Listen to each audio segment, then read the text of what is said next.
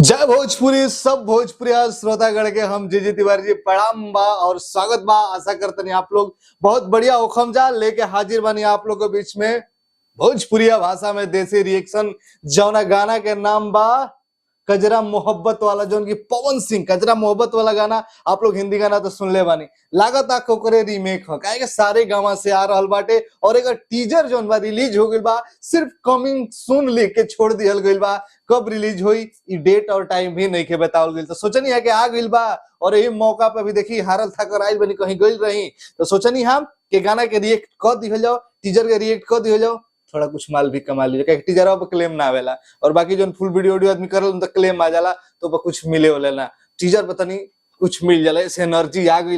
एक तो आप लोग के डिमांड, दूसरा पहिल का चीज मिल जाई माल। तो चलिए रिएक्शन कइल जाओ। बड़ा मजेदार बा, ज्यादा कुछ ना, तनी से एंट्री देखे के मिल गइल बा। अब क्या करम, आप लोग करे के बा चीज ह, हमरो से तो बर्दाश्त ना होला नु, देखेगा तो मन हमरो करबे करला, अंदर से तो आदमी बानू दीवानगी भरले बाटे। तो देख ले बानी, मैं कुछ ना बा देख ले बानी, लेकिन फिर भी आप लोग खातिर टीजर के रिएक्शन दे हम। चलिए रिएक्शन शुरू कर लो, ज्यादा कुछ बात ना कर लो, कुछ कर ये नहीं के देखला के बाद और बाकी बात हुई, ठीक बात। रिएक्शन शुरू कर लो।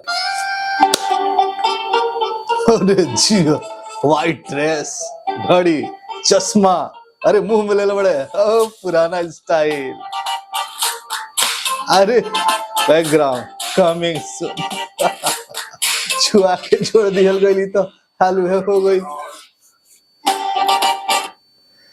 बस हतने रहे भौकाल बस मच गइल बा, ना डेट बतावल गइल बा ना टाइम बतावल गइल बा। कहीं डेट टाइम लिखल तो नहीं नो, कहीं मान ली बस लिखल बा पावर स्टार पवन सिंह के गाना कजरा मोहब्बत वाला की पहली झलक अब रहुआ लोगन के सामने। सारे गामा से ये गाना आवे जा रहल बाटे, जौन के लुक जोन पहिल का पावर स्टार पवन सिंह के लुक जोन देखे के मिलल बा, अरे गजब बाटे। पवन सिंह के इन दिन एगो फिल्म तो रिलीज भइल सूर्यवंशम जाने गाना, एगो बबुआन बाटे, उ गाना फिल्म लागते ही वायरल हो गइल। गाना के ना पहले रिलीज कइल गेल ना चर्चा करिए, लेकिन फिल्म लागल हा तो लोग रील बना बना के वीडियो के सिनेमा घर बना बना के वायरल करते, ऐसे गाना भी कल रिलीज होके जा रहल बा। तो कोनो रिएक्शन करम, लेकिन अभी बैठल बानी तो पतरकी गाना कोनो आइल बा पवन सिंह के, ओहो रिएक्शन कर देतानी। और खेसारी लाल यादव जी के हल्का साउंड के भी डिमांड लोग करे, ओहो कर देतानी। तो चलिए बाकी सब रिएक्शन कर लिए, बहुत बढ़िया बा। गाना के इंतजार बा, जैसे ही गाना आई पक्का आप लोग के बीच में रिएक्शन लेके आज चैनल को सब्सक्राइब कर जा, ज्यादा ज्यादा शेयर कर जा वीडियो के, और इसमें प्यार आशीर्वाद बनैले रह जा। और का बार के लिखले बात देख ली,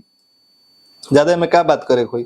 और लिरिक्स आशुतोष तिवारी जो है भोजपुरी का आजकल टॉप राइटर चल रहा बड़े, प्रियांशु सिंह जी हो टॉप म्यूजिक डायरेक्टर, शिल्पी राज जी बाड़ी में पवन सिंह के साथ में शिल्पी राज जी काफी दिन के बाद और काफी कम आजकल सुने के मिलता है। शिवानी सिंह ही आजकल धमाल मचैले बड़ी, लोग के दिल पे राज कैले बड़ी, पवन सिंह के फैन के पसंद होता है। लेकिन शिल्पी राज में बाड़ी कजरा मोहब्बत वाला, जो की अनुमान लगाओ जाता कि उहे रीमेक ही होई, एकरा के फिर से क्रिएट कर लियल बा, जौन हिंदी गाना रहे। चली उम्मीद बहुत बड़ बाटे, अब देखी कैसन गाना आवता, बेसब्री से इंतजार बा। कतना इंतजार बा, का कहना बा नीचे कमेंट सेक्शन में अपन बेकरारी जतना बा निकाल दी जाए। जय भोजपुरी एकता बना के राखी जाए, हमनी के एकता ही पावर है।